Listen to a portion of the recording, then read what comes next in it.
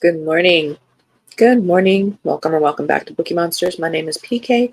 It is Wednesday, May the 8th, and we are here to look at the new releases that are being set into the wild this week. And we do that genre by genre each day of the week. So on Mondays, we look at cozy mysteries. On Tuesdays, we look at mysteries and thrillers. On Wednesdays, like today, we look at romance. On Thursdays, we look at fantasy and science fiction. And on Friday, it is Freeform Friday and we look at things that have caught our attention that we haven't looked at previously that week, or more cozy mysteries, because there's always a lot of cozy mysteries. Quick announcements. I do not have sprints tonight on Wednesday night. No sprints. I do have sprints tomorrow night, though, at 6 p.m. Mountain Time, 8 p.m. Eastern. They'll go for 2.5 hours. I do every Tuesday and Thursday evenings, and then again on Saturday afternoons at 1 p.m. Mountain Time, 3 p.m. Eastern, and they go for 5 hours. So lots of opportunities to make time for yourself to read or work on a project, and also many opportunities to look at what new books are out this week, no matter your genre or if you do all genres. So we are doing romance today. Let's jump in. Maybe we'll work our way out and go in. Chloe Baker's Lost Date by Katie Wicks. Chloe Baker has a brand new life in New York City with a great job but zero dating life. When she agrees to go on a blind date, she's nervous but excited. But then Jack is late. 10 minutes, 20, 30. Just when she's given up all hope, he shows up, and they spend a magical day together. An afternoon at the Met, a walk in Central Park, one amazing kiss, the perfect date. Chloe's on cloud nine and she can't wait to see Jack again. But when she texts to say, "Thanks for the great date," she doesn't get the reply she's expecting. Suddenly, Jack's unfindable, and Chloe will go to any lengths to figure out what happened, because true love is worth blowing up your life for. Or is it?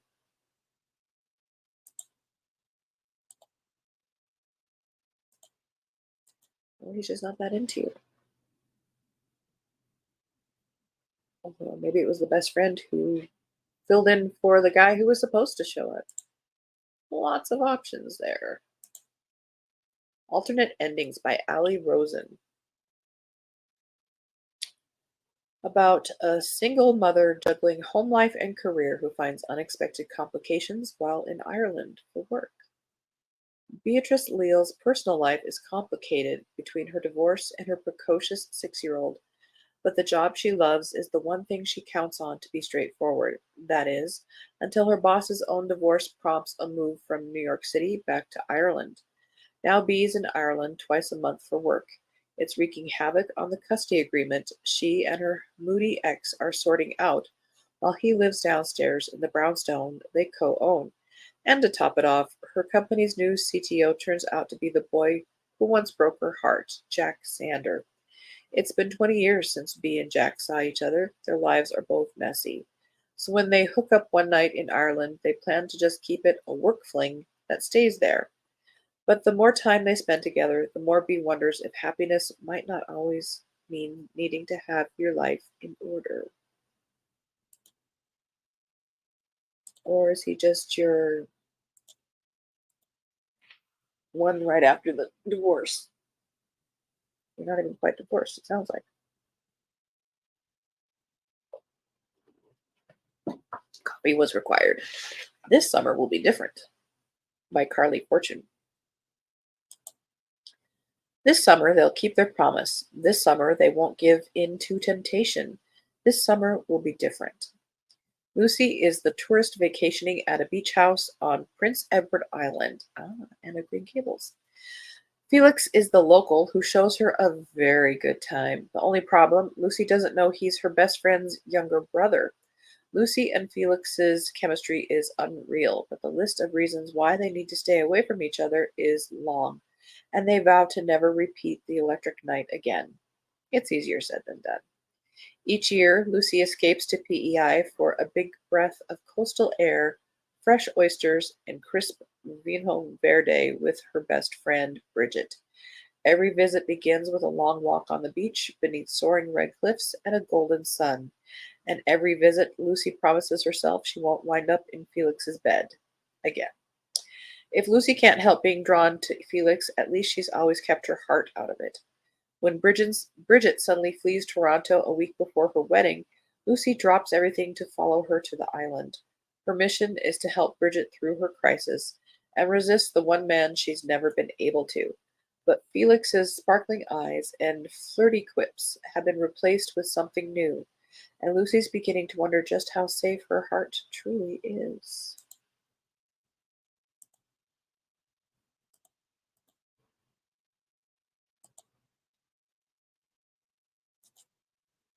Love Lies and Cherry Pie by Jackie Lau.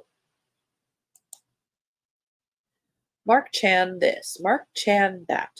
Writer and barista Emily Hung is tired of hearing about the great Mark Chan, the son of her parents' friends.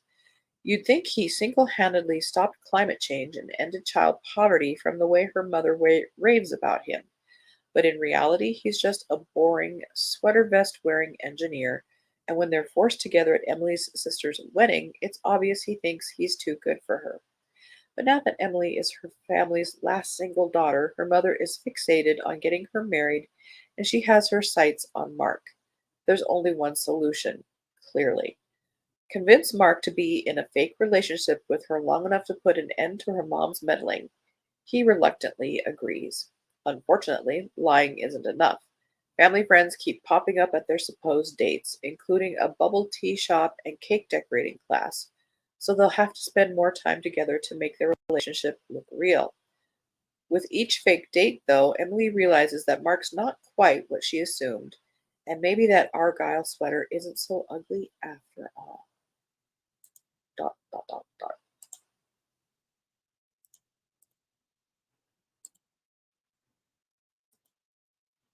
Summers at the Saint by Mary Kay Andrews. Welcome to St. Cecilia, a landmark hotel on the coast of Georgia where traditions run deep and scandals run even deeper. Wow, everyone refers to the St. Cecilia as the saint. If you grew up coming here, you were a saint. If you came from the wrong side of the river, you were an ain't. Tracy Eddings was one of those outsiders whose family wasn't rich enough or connected enough to vacation here. But she could work here. One fateful summer she did and married the boss's son. Now she's the widowed owner of the hotel, determined to see it return to its glory days, even as staff shortages and financial troubles threaten to ruin it. Plus, her greedy and unscrupulous brother-in-law wants to make sure she fails.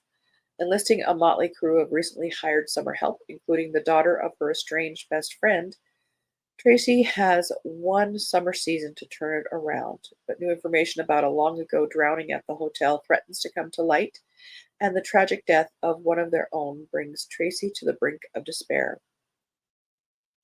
Tracy Eddings has her back against the pink painted wall of this beloved institution, and it will take all the wits and guts she has to see wrongs put to right, to see guilty parties put in their place, and maybe even find a new romance along the way,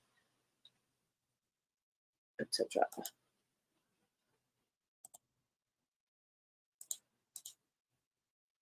We do have some pretty covers today.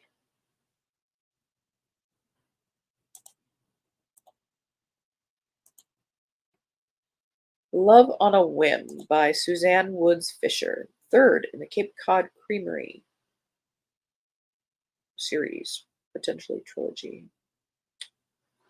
Bryn Haywood's impulsive marriage to a man she'd known less than 24 hours leaves her with deep regret. Well, no kidding. She flees to Cape Cod, finding refuge with her loyal friend Dawn Dixon. As Bryn grapples with her emotions, Dawn asks swiftly, eager to help secure a lawyer for her through her mother Marnie's good friend, Lincoln Hayes. However, Lincoln's preoccupation with his daughter's lavish wedding brings unexpected challenges.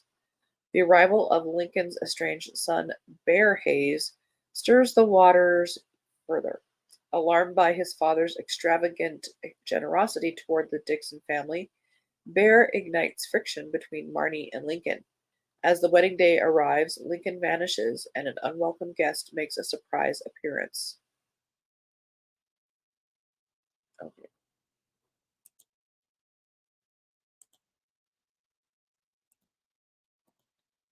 Love at First Night by Megan Clausen. She's no damsel in distress, and he's certainly not wearing shiny armor, but one night can change everything. Daisy Hastings has always thought she was born in the wrong era. So when she bags a summer job at the Tower of London, helping to run their night school, it feels like a step in the right direction. Theodore Teddy Fairfax is a loose cannon, a disgraced distant relative of the royal family. He's tall, dark, and now begrudgingly helping with the Tower of London's summer program, and there's nowhere he'd like to be less. When Teddy's oath to be an obstruction almost gets Daisy fired, she declares war. But as the two cross swords, they start to discover they both need a little rescuing, and that maybe, just maybe, love can bloom even on a battlefield.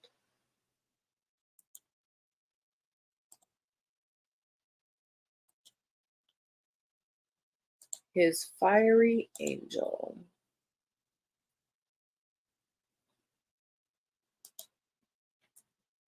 by Cynthia Wright.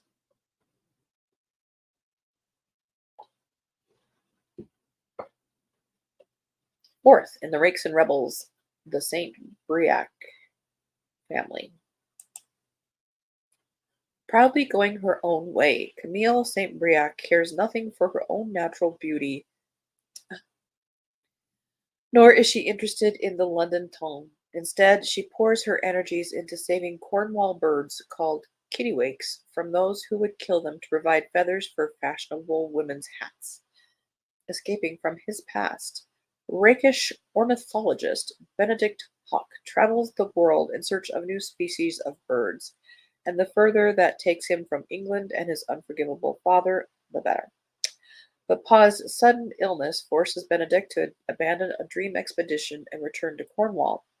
When feather hunters invade the cliffs near his cottage, Benedict clashes with Camille, a fiery crusader for the beleaguered kittiwakes. Although she believes he is one of the villains, neither can deny their potent mutual attraction. Can these two unconventional enemies open their hearts to love and join forces to save the innocent kittiwakes from decimation?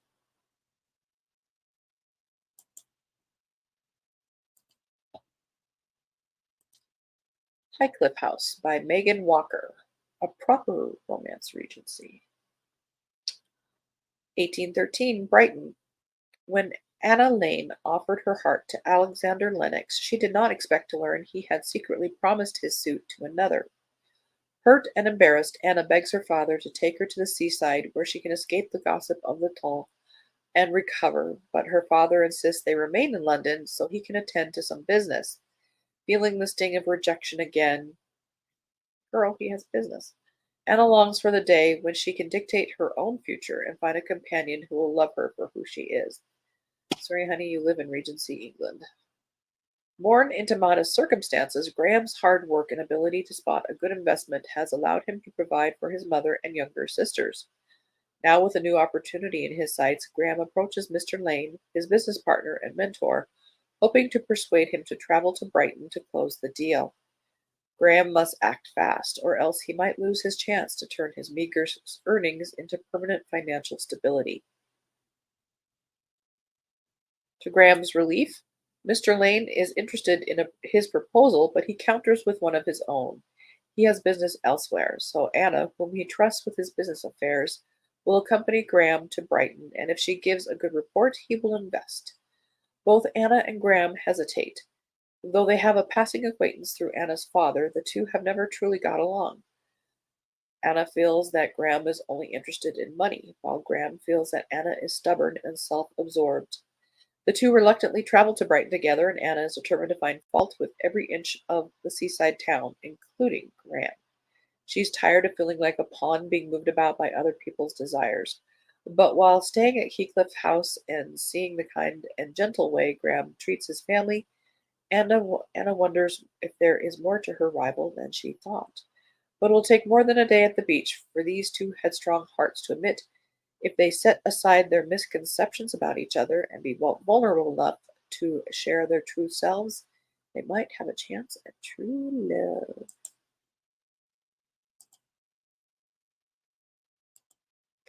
Summer After Summer by Lauren Bailey. Olivia Taylor's marriage is in a death spiral when she agrees to come home to the Hamptons to help her father and sisters pack up the family estate. If it looks like she's running away from her soon to be ex, Wes, and New York City, well, she is. But someone has to take care of things, and that's always been Olivia's role in the family. After years of financial trouble, someone's finally bailing them out with a huge offer to buy their beachfront property, which is a good thing, although it means losing the home she grew up in where her mother died and where she first met Fred, the love of her life. Fred. It's been 5 years since the last time things blew up between Olivia and Fred, but much longer since the first time. At this point, Olivia fears it was never meant to be, so there's no reason to feel butterflies in her stomach at the idea of seeing him again. They've already tried and tried again and again, but she's newly single and she isn't the same person she was the last time. And Fred has changed too. This time things will be different. Maybe, just maybe, the fifth time's the charm. One Last Shot by Betty Cayouette.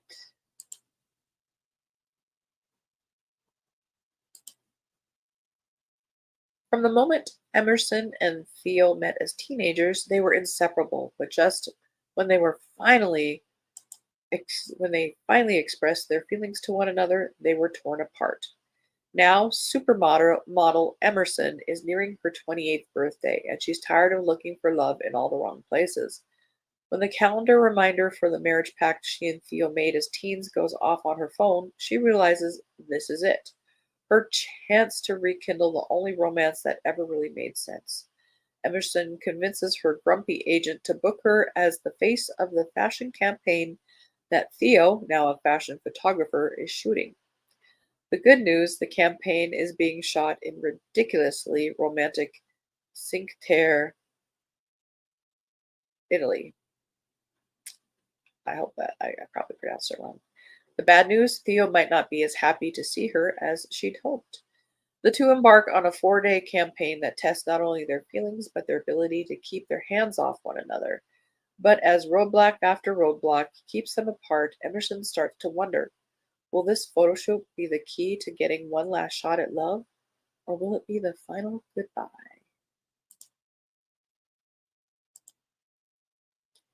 Mistakes We Never Made by Hannah Bowen. Emma Townsend can sum up her situation with hot as hell romantic red flag Finn Hughes in one word: almost.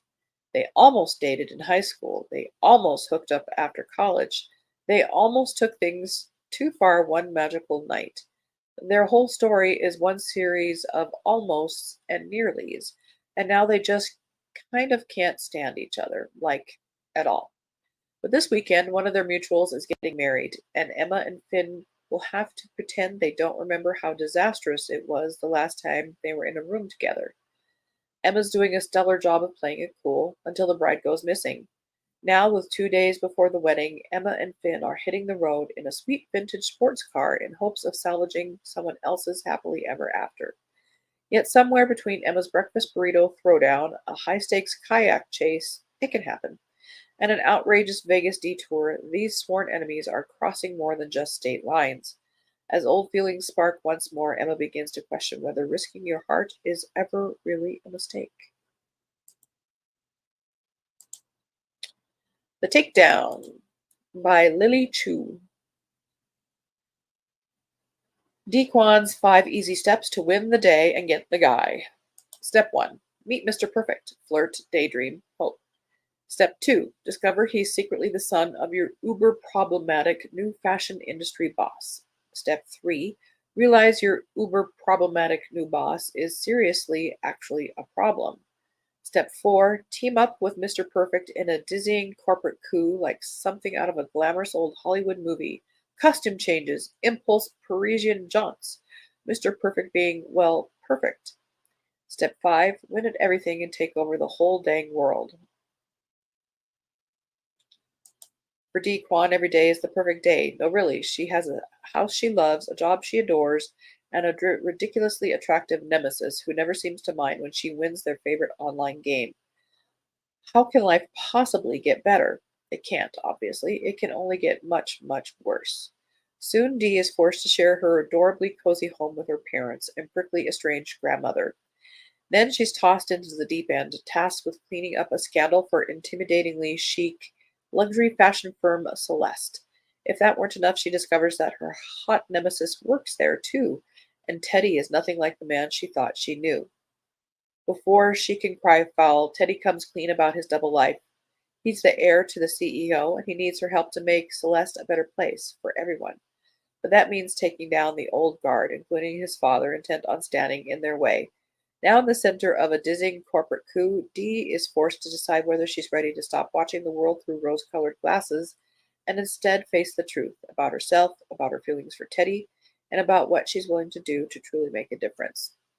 Sounds like she found out that he's a prince, and they're going to take down the evil daddy king and save the kingdom. The Saloon Girl's Only Shot, a Quails Creek Romance by Danny Collins. Can a charming saloon keeper convince a ruined barmaid he's a sure bet? Scandal has taught aspiring schoolteacher Temperance Goodrich to never trust a man.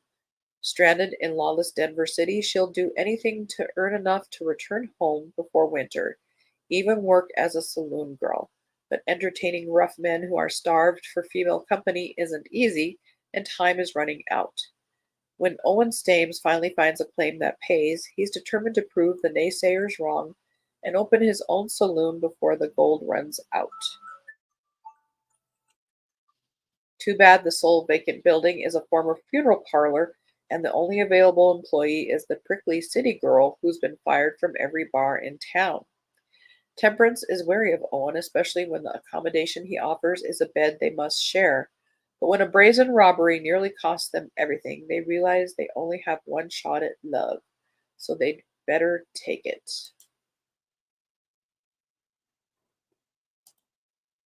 And we got one more. We'll just take a quick. The Lost Lover, an epic romantic tale of lovers reunited by Karen Swan, third in the Wild Isles series.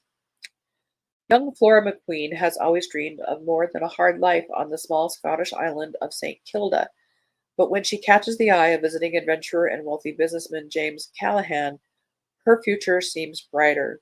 Only as the islanders prepare to leave their homes for the final time, Flora finds her dreams shattered. With her beauty her only currency, she must step forward in ways that would have been unthinkable back home in order to support her family. Soon Flora is the toast of glamorous Paris. Fame and fortune are hers for the taking, but she knows only too well by now that rich men make empty promises. But then a secret comes to light that will change everything. Dot, dot, dot, dot. Well, that's got for romances this week. We shall look at the fantasy and science fiction tomorrow. Glancing at a page that I go to, there are a lot. There are a lot. So we will race through those. I hope you have a very good Wednesday.